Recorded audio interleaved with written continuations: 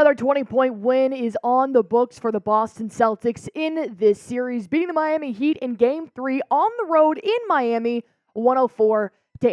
It was night and day difference from Game 2 to Game 3. The level of production the Boston Celtics produced was incredible. I'm going to be breaking down what went right for the Celtics in Game 3 and then what they need to work on / bring from Game 3 into Game 4 because the job's not done. We're going to break that down here on Celtics Today by Chat Sports. You got Allie Barefoot here, but first and foremost, hit that subscribe button for me. We're live for every Celtics game this postseason. We're going to be giving you guys previews and updates, following all the games, ahead of all the games. I do not want you guys to miss it. And thank you very much to everybody who was joining me last night during the NFL Draft, watching the Celtics game on Celtics Today. We did gain 26,000 subscribers. So hit that sub button. You're not going to be sorry.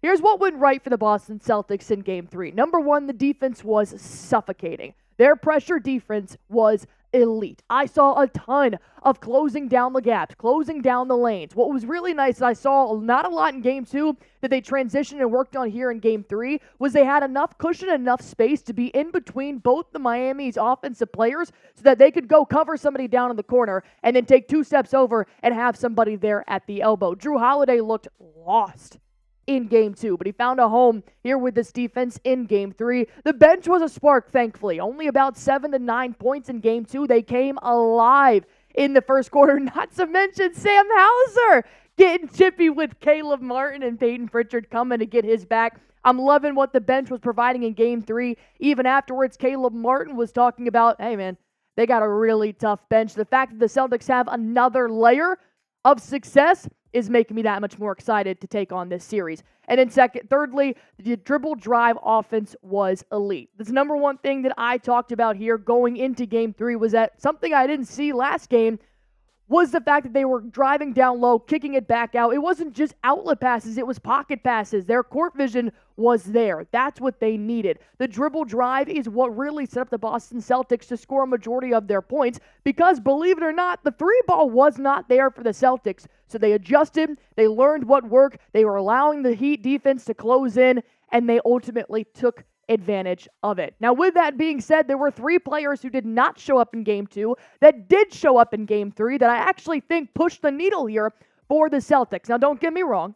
JT and JB both combining for 44 points here in Game 3. They led them in Game 2 as well, but Derek White, Kristaps Porzingis, and Payton Pritchard were back. Derek White looked like Eastern Conference Game 6 Derek White. One of those players that you didn't even see him coming in. The number one play that I saw from Derek White that let me know he was back was when Jaylen Brown, God be it, who sucks at free throws, missed his opportunity to make it a 3-point play. And once it bounced off the back iron, Derek White comes to the top of the 3-point line, crashes in. Miami Heat defenders didn't even know what happened, and he put the shot back up to end out the quarter. That's Derek White. That's who we need. Kristaps Porzingis, I knew he would bounce back. I'm going to break down Porzingis' play in just a minute. Payton Pritchard, though, he was somebody I didn't realize had that much of an influence on the Boston Celtics' confidence and athleticism when they're on the court. After he didn't take a single shot in Game 2, I'm like, where the hell is Pritchard?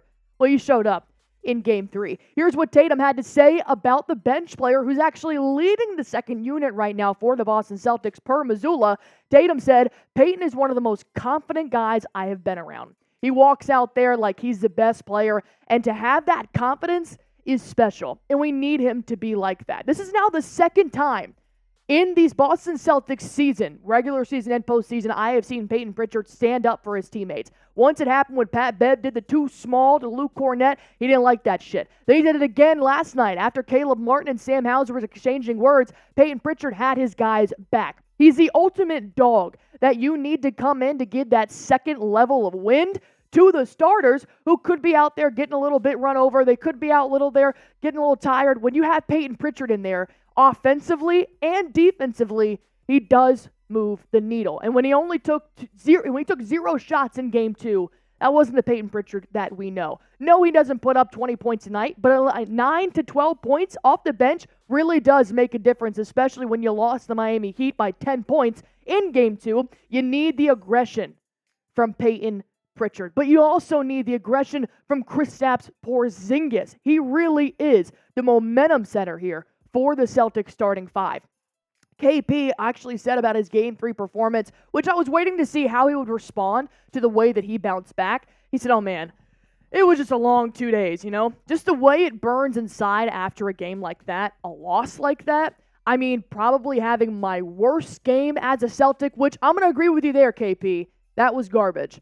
It really burned inside. I'm not going to lie. But the fact that he has that dog in him to say, you know what, I'm not going to panic. It's just one game. It's unfortunate that his worst game as a Boston Celtic came during a playoff series where they really need his type of presence. But the way that he bounced back, the way that Al Horford was coaching him on the bench during the timeout, KP knows how to take criticism. KP is his worst critic. And the way that he was glocking up Bam Adebayo, I know what Bam Adebayo scored, but it was a difference. It was a difference in attitude. KP from the jump started off with his three-point bang at the top of the key, which always makes me excited to get started here for Boston Celtics. It was a different Kristaps Porzingis, but it was the Kristaps Porzingis that we're used to seeing. And here's what Jay King had to say after the game as well. Jayson Tatum called KP probably the Celtics' most important player for what they're trying to accomplish. If you ask anybody, every time Nick Roloff's like, yeah, well, we beat you guys in the Eastern Conference Finals, everybody's response is, we're not the same team.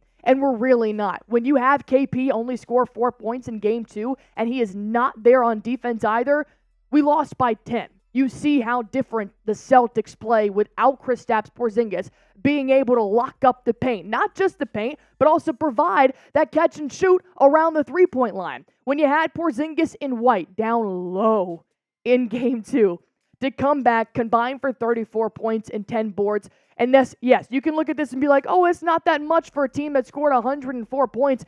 It's the attitude. It is what they do off the box score that really does matter. Derek White fills the holes for the Celtics offense while KP knows how to lock down one of the best rim producers in the NBA with Bam Adebayo. And overall, despite all of the criticism that I had to say about the Boston Celtics after Game 2, which I think I'm entitled to, they sucked in Game 2. I didn't know what was happening, and I was a little bit scared.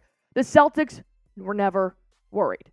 They weren't. They said we didn't over-panic. We didn't make it more complicated than it needed to be. We didn't overreact. Jaylen Brown said after that loss on Game 2, we didn't look at all the negativity. All we did was got back to work. We watched film. We realized what we could have done. And look at that. They won by 20 again. Missoula ball. The good Missoula ball was in full effect last night, and I loved every bit of it. With that being said, you got Derek White, Kristaps Porzingis, Payton, Pritchard producing numbers they did all season long. You got JB leading the way for the Celtics again, not to mention Jrue Holiday found his shot again from the corner. What was your favorite part of the Game 3 win? There were several aspects of this game that I haven't seen in a while from the Boston Celtics, whether it be from Game 1 or the regular season, because you remember those 10 games where I'm like, I don't know how I feel about the C's. What was your favorite part of Game 3 win? Go ahead and comment it down below, but like I said, the job's not finished. We're going to talk about what the Celtics need to do heading into Game 4, going up against an aggressive Miami Heat in Miami one more time here. But before I do that, I've got to make sure you guys are playing Prize Picks. I play it every single game day. There are actually NBA playoff games going on right now on this Sunday that you can go on ahead and put your Prize Picks in for those. If you want to learn how to play, it's super simple. All you got to do is pick between 2 to 6 players and just pick more or less on a player's projected stats, and that's how you can win up to 100 times your money with as little as 4 correct picks. If you're not really into putting down money on NBA games, well, you can do MLB, NHL games here as well, but I am fully focused on the NBA right now. Devin Booker, nice little discount there. Prize Picks always constantly is offering promotions to help you have the best chance to help you win some money. Devin Booker, more than 19.5 points. I want to take the more, but Booker's not giving me the most confidence here in this series going up against the Timberwolves. Hopefully they don't get swept here tonight, and Booker can have a good game.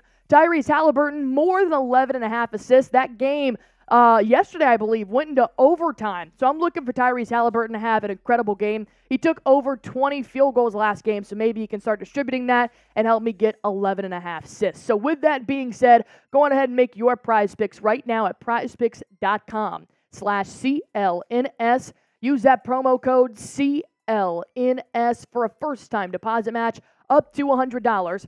Pick more, pick less. It is truly that easy. Not a ton of adjustments here, definitely not as many adjustments as I had going into Game 3, but now heading into Game 4, you still have to keep your eye on the prize. Number one thing that I loved, what I saw in Game 3 that I think is the key to success to beating the Miami Heat is applying pressure defense. While they did do a lot of drop coverage, it wasn't as much in Game 2. Jrue Holiday made the biggest switch from his defensive side from Game 2 to Game 3. He looked horrible in Game 2 to the point where I'm like, we got him?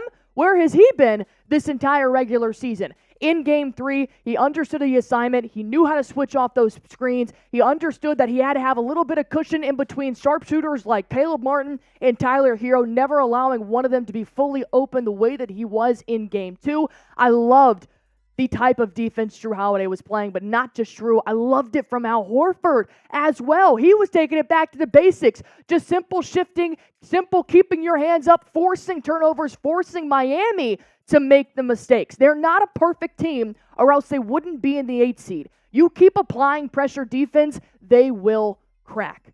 With that being said, I do think they need to shoot better from downtown. They did not shoot the rock well from the three-point line in Game 3. Thankfully, though, because they realized the Miami Heat's weaknesses in defense, they did a lot of dribble drives, which I said I really enjoyed. But I also love watching the Celtics 3-ball. You can ask Smitty. If the Celtics just outshoot any team, they have more shots that will fall. However, in that game last night, they only shot 29% from the three-point line. That's the lowest three-point percentage they have shot so far this series. I do not want to ever go in the rest of the playoffs lower than 29%. Thankfully, the Celtics have so many resources, and they did take advantage of dribble drive that they didn't have to rely on the three ball. That is not going to be the case moving on in the playoffs. So if the Celtics, maybe not ever going to shoot as high as 44% against the Miami Heat again, but I think that 32 to 35% can keep the Celtics in a wide enough margin that I would be successful with that three ball. And number 3, it sounds really stupid, but don't panic. This might be an adjustment here for me, more so than the Boston Celtics, but once again, Spo is not going to let up.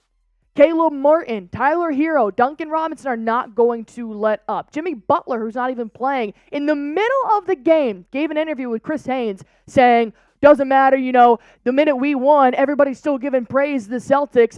Who?